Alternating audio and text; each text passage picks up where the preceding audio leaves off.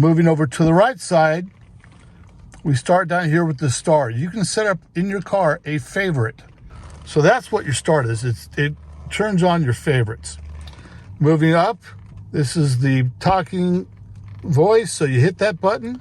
This button has really been replaced by the audio listening Mercedes experience.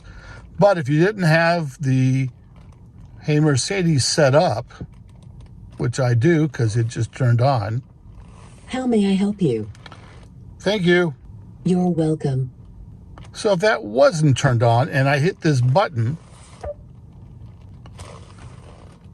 she would come on again and listen for me and respond to my commands.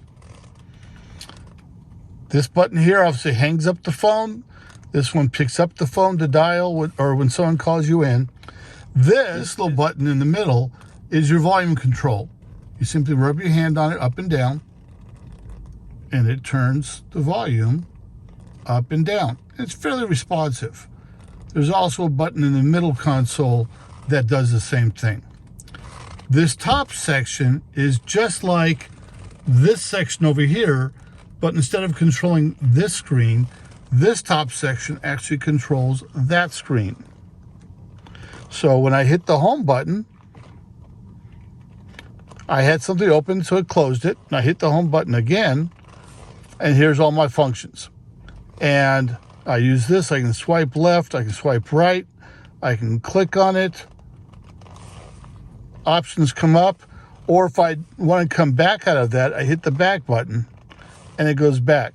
So instead of touching things, because, oh goodness, why would you actually touch the screen?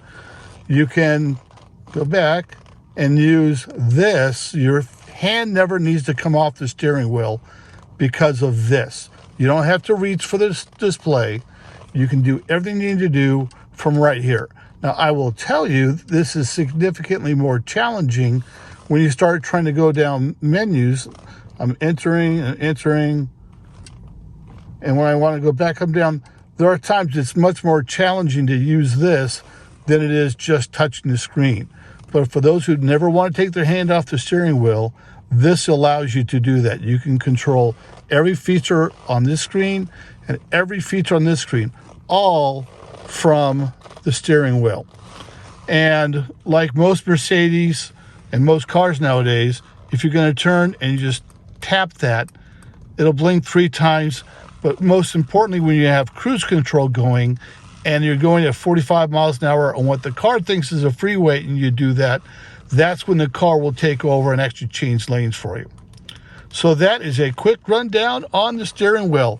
It looks scary when you first start looking at it, but once you understand what it is and how it works, each piece of it is fairly simple and easy to understand. I have 3 days till I take my big trip, and we'll chronicle that. But for now, have a great day.